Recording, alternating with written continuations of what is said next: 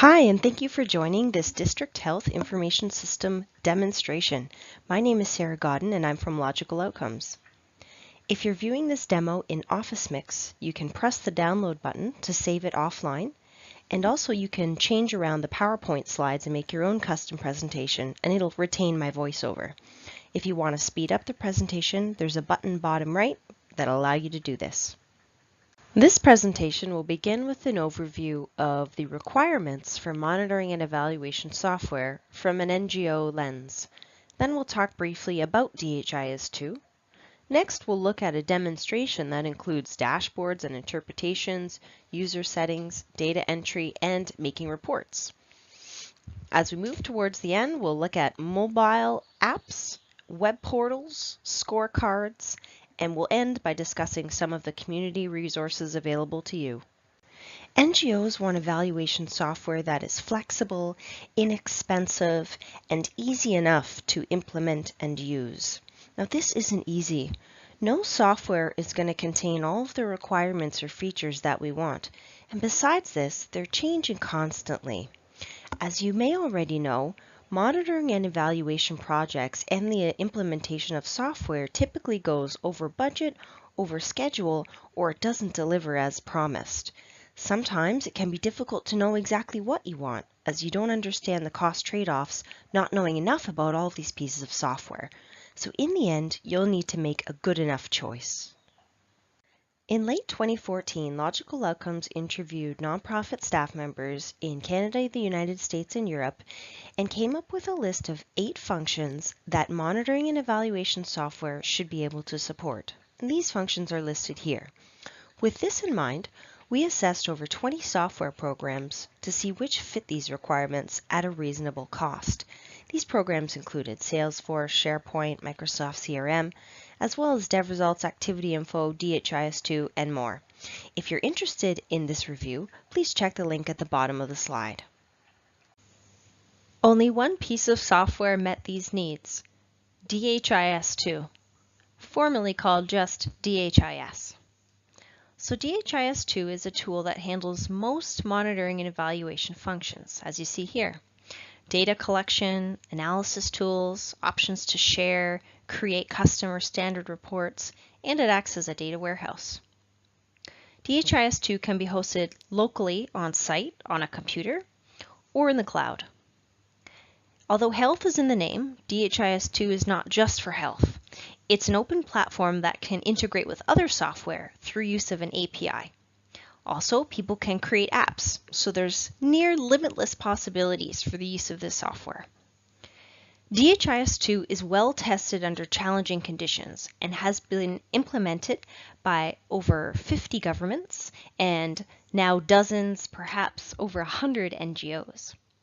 DHIS2 is open source. There are no licensing or monthly fees. Instead, the cost is the technical setup, the ongoing hosting, and the staff time to learn and maintain the system. Now, DHIS2 can capture data from a number of places, and this diagram only shows some of them. You can integrate with another piece of software. You can use XML forms. As you see here, Excel or CSV. We can use our mobile phones or tablets with the Android app. We can use paper forms that we're translating manually directly into the instance. You'll notice things are going into a cloud-based data warehouse, but this doesn't have to be the case. If you're in an area with limited internet, you can simply install a version of the DHIS2 on your computer and work with it on your computer. The outputs are dashboards, and there's messaging and interpretation features, simple reports, pivot tables, graphic charts, and maps. DHIS2 is very much alive. There's a new version released every 3 months that'll include features and functions that the community have requested. If you'd like to learn more, please visit the website. For now, let's dive in and take a look. So type dhis2.org/learn into your browser, or visit the Learn menu item, Demos, Stable Demo. The login screen can be customized. Colors, pictures, text, For now, I'm just going to log in using admin and district, which is the user login that gives you superpowers to do whatever you like. Now, upon login, I'm taken to the dashboard screen, but you could actually be taken to any screen you like. Data entry, reports, it's up to you. Let's focus a minute on the dashboard screen. You'll notice there's a white bar here that includes the name of the different dashboards. And if I click on one, the reports will appear. Dashboards are easy to make. You simply click Add, put in your dashboard title, and it'll create a space in this white bar, and you just use your little arrow keys to toggle through. Each dashboard contains a number of reports. Now those reports can be resized within the dashboard where it makes sense, perhaps this one. You can explore, which means it'll open it up in the visualization application where you can make more detailed changes. But from the dashboard, you can actually click individual items here to make them disappear. I want to show you interpretations because this is a very neat feature of DHIS2. Upon login, you'll see across the top messages and interpretations.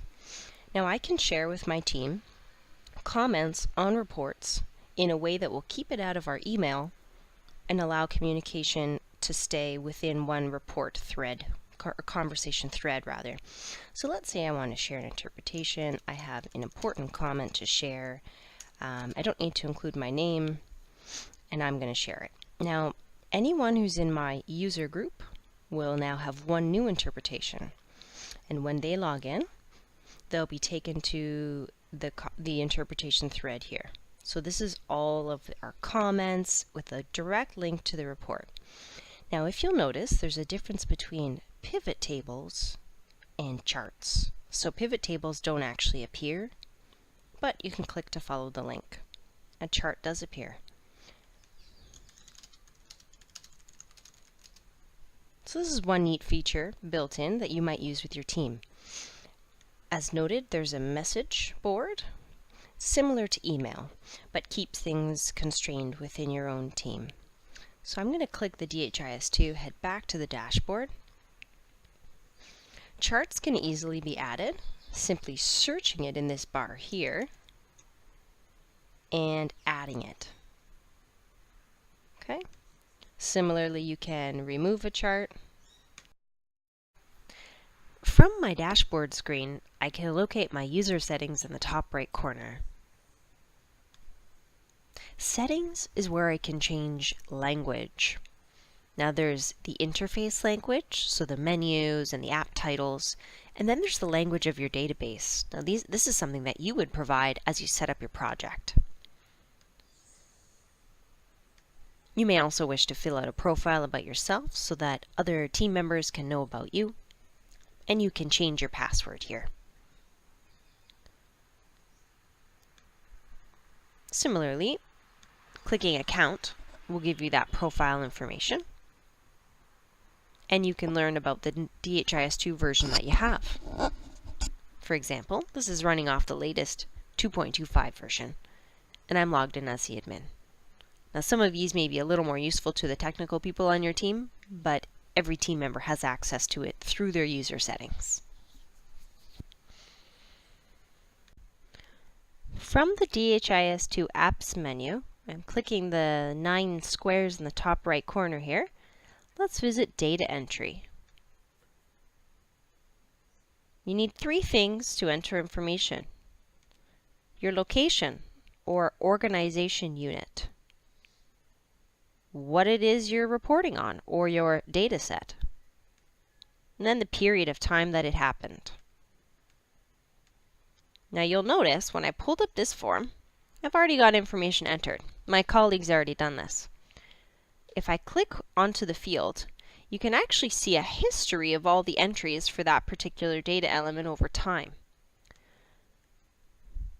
When you're using this example for real, you'll have a list of the actual people who entered those values over time. So you can see, on Saturday, Sarah entered this information. The previous Saturday, Nicholas entered that. Here you can set minimum and maximum limits for your numerical values, and I can also see over time the average value. There's also a comment field that you can fill out. If someone enters a value that's below or above our limits, the field on the form is going to turn red. So you can use the comments to describe a little more about it. A manager might choose to star the comment, meaning they've read it. So let's check out this form. It's mostly numerical. Once we're finished, we're going to press complete. Now this has already been completed in the past. Let's check out another form, a nice clean form. Clinical monitoring checklist. Let's try this. So this form has a variety of dates, names, option sets where I can choose one or more of the options. I believe we have a radio button, yes, no, and then we have some open number and text fields here. So once I'm finished, I would complete the form below, and that might send a message to my supervisor that this form is ready for review. Similarly, if I've set min and max values, I can run validation, and if any of the values are out of range, a little message will pop up in this box here. Capture is a data entry module that you might use to track individual entities, like people, through a program. Just like data entry, we need to choose the location or org unit. Then you'll notice a number of programs become available here. Let's try the TB program. If I want to register a new person, I can do that by completing the information about them. And I'll save and continue. Next, I'll be brought to the Tracker Capture dashboard. So these little boxes are called widgets, and there are a number of widgets here. This is their profile, so when I just registered the person, this is the information that we collected right away. They might have relationships to other people. There might be program indicators that are relevant to this particular TB program. And here is where the action happens, data entry. So you'll notice this is tabular data entry. It's just simply showing in a different view the program stages that you can enter. So the first TB visit, let's say it was a few weeks ago. Now I can capture latitude and longitude if I like by opening up a map. But let's ignore that for now. So anything with a little red is mandatory, so I would go through and I would complete this for their first visit. And complete. So now I have one TB visit that's been completed. Let's say we need to do a different event. Press the plus to open it up. And I have my questions there. Now these program stages can be text, number, it doesn't matter. You can have as many as you like. You can have just one that's the same that repeats over and over. It's really up to your design requirements that you need. You notice in the corner here, for certain people who you've grabbed their cell phone number, you can actually send them text messages that remind them of appointments, which is very helpful. So I'm going to go back to the main Tracker Capture and just show you a few quick things. Upon selecting a program, you can actually search for people. Say they've come back into the office or facility and you need to search them. So you could type their name in the search bar and find those who you've previously enrolled who have the word name in their name. So you'll notice along here we've got a list of everyone. We've got only people who are active in the program. Now you can have people who have completed the program here, and then you can also have people who are done. So they're terminated and you're not collecting or reporting information on them any longer. So in addition to data entry and Tracker Capture, you may use the Event Capture app to collect data on events or something that happened on a particular date and time, like a workshop, or there was an information campaign, and on a certain date you need to know what sorts of information was distributed to what area. Let's look at a few examples. Now this particular org unit location has a few events available. If I click the antenatal care visit, I could register an event. Again, it always has to include the date, and then I'd have a few questions to answer. And then I would click complete, and I would save and add a new event. Or if you save and you go back, you'll be taken to the list of events here, and you can either download that list or change the view. Let's try a different program though.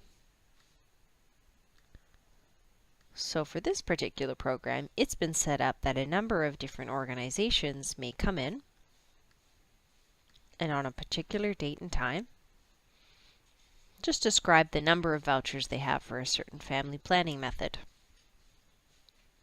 Let's pick a different area. I'll have to cancel this.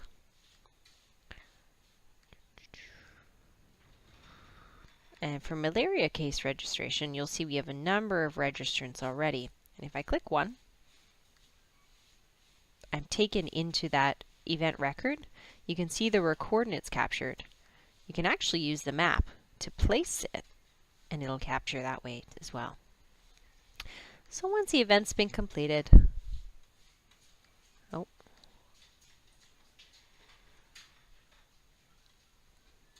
it'll be updated in the list here. If you'd like to pull a report on a tracked entity or an event, you may use Event Reports and Event Visualizer. These give you very granular details about the particular entity or the event. Most times, and we might use indicators to use the pivot table and the data visualizer app to make our reports and charts. So let's start with the pivot table. This is going to show only tables, and I'll give you a quick overview on what you need to make a pivot table in DHIS2. First, you need what you are hoping to display. Either it's a data element or an individual piece of information. Let's try cholera. Then you need the time period in which it happened. Let's pick the last 5 years. Then you need where it happened. So let's choose all of Ethiopia for now. And upon pressing update, you'll see there's only entries in 2016. So here's where we narrow down. Let's do only 2016. Let's split it up by month. Let's do all of 2016. So I'm pressing update each time in order to get new information. Okay, so there was a gap of a few months where we didn't see anything, but this is okay. You can download the data from each table, or I can download the table in different formats. I can save the table or open a new one. And here's where I can change the layout. So when I have a few more elements, say I might have some other diseases or illnesses as columns here, I might want to change the way that things are configured. So you do that through the layout. Options gives you, axis marks, labels, the chart title, which you would put down here. Let's open an example that already exists. Wow, this is a very robust example. So we've got months, we've got locations, and then we've got visits, and by the number of people who I guess were visited on site versus in their homes perhaps. So this is a very robust table here. And you could see I could play with the layout a little bit if I wanted to.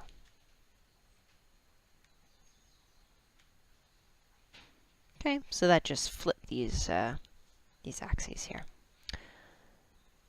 So you'll also notice that the title appears up at the top here, and again, can be edited through this Options tab here.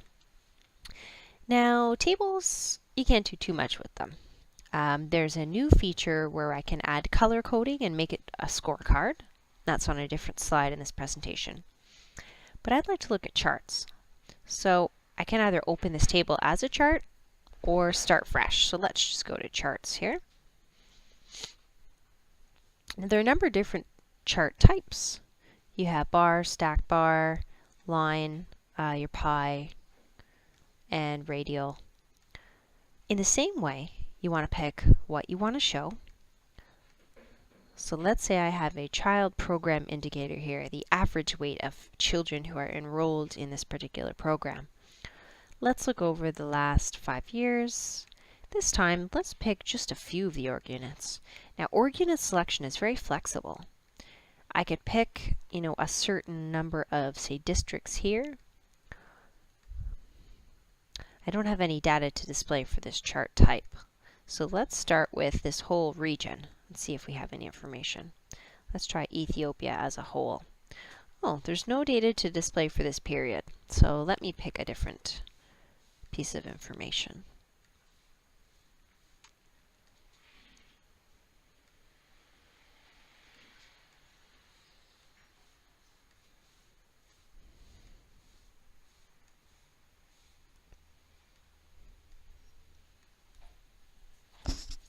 Okay, so we do have some numbers in 2016.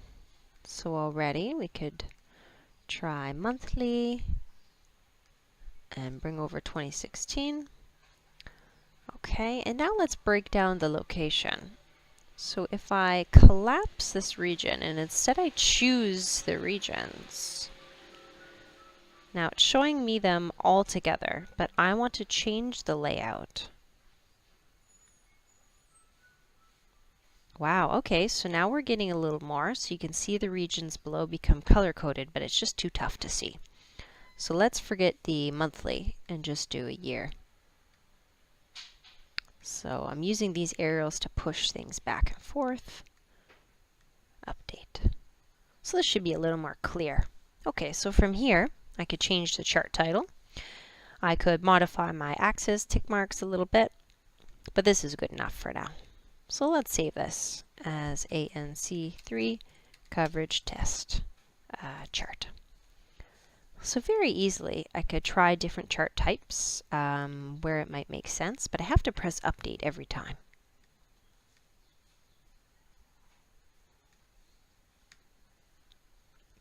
Okay.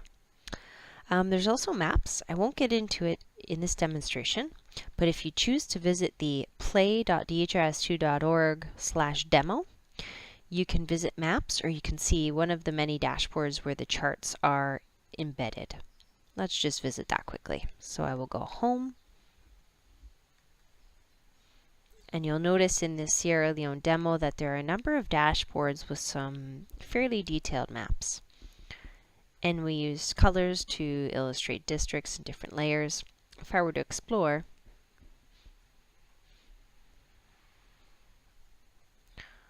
we're able to grab Google Earth and street layers, bring those in, and then you can set your color coding on the side. The developers of DHIS2 have also made a number of mobile apps that work on Android phones.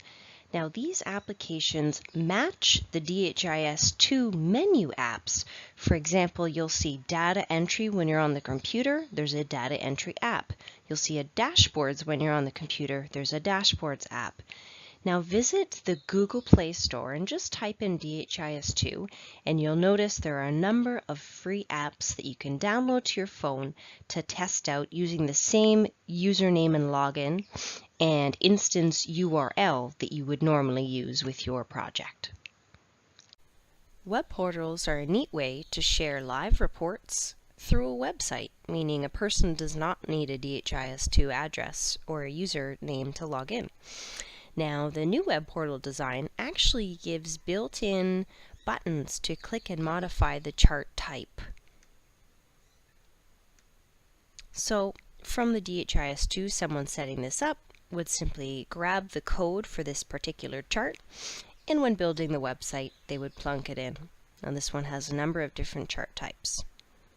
So again, web portals, a very neat way to share your work with non-DHIS2 users. Something new. Pivot tables can now work with a color coding scale to present a scorecard. If you're viewing this on OfficeMix, simply click the image and you'll be taken to the instructions, or Google DHIS2 creating scorecards using pivot tables, another neat feature of the reporting engine. There are a number of resources that can help out users from the very beginner to the expert. If you have a project idea, you can email the experts list. Visit dhis2.org/expert-community. You'll also note there's a long list of individual people and their contact information organized by location. Once you're getting into DHIS2, you may want to report issues or request new features, and you can do that through jira.dhis2.org. If you're using DHIS2 in languages other than English and you notice errors or you want to make suggestions to a better word, you can contribute translations at translate.dhis2.org. To learn, there's a few different ways you can do this.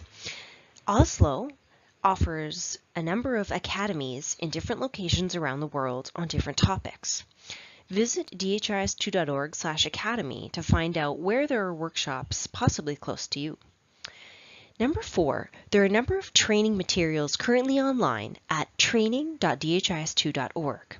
Now, in the middle of February 2017, the University of Oslo is going to be releasing a free fundamentals online course, and they will suggest that anyone learning DHIS2 first takes this fundamentals course, and then after that, they may take an academy.